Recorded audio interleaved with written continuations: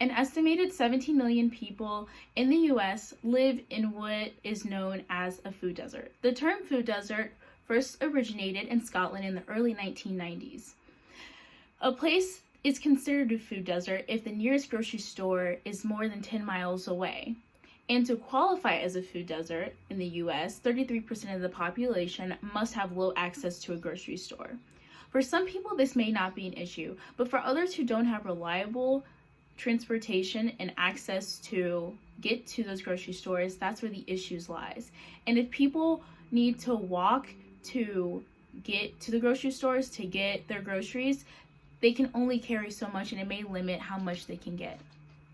The CDC stated studies of food deserts more commonly assesses differential accessibility to healthy and affordable food between socioeconomic advantage and disadvantaged areas.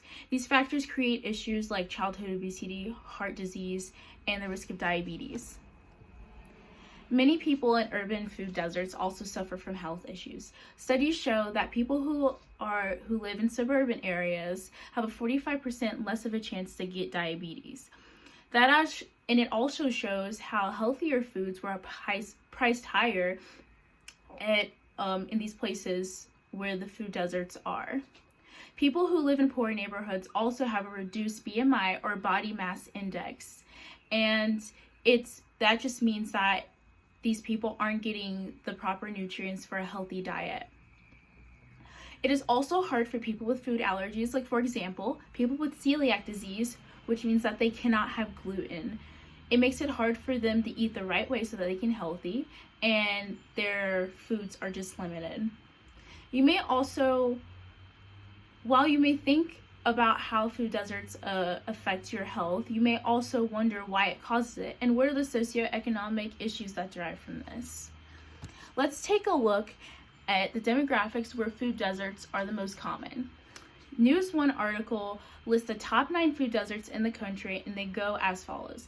At number 1, you have Atlanta, then you have Memphis, Minneapolis, Chicago, San Francisco, Detroit, New York, and Camden, New Jersey.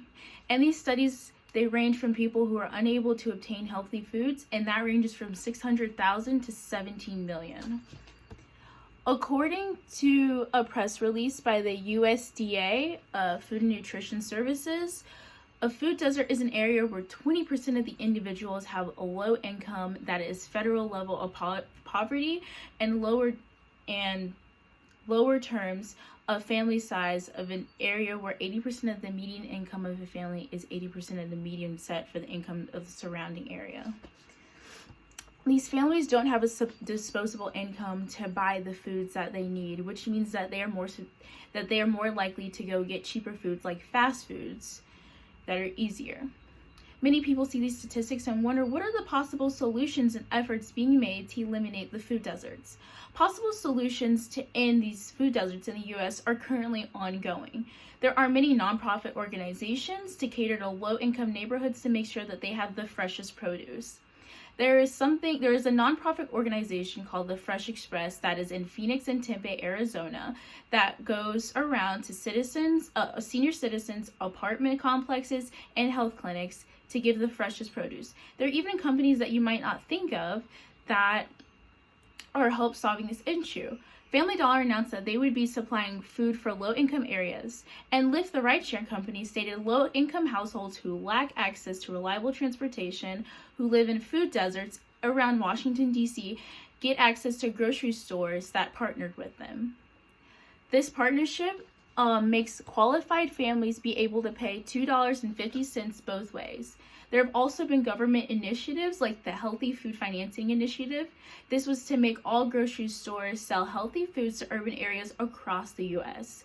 According to the Department of Health and Human Services, small retailers, farmers markets, corner stores, and grocery stores that sell healthy food will be equipped for this effort.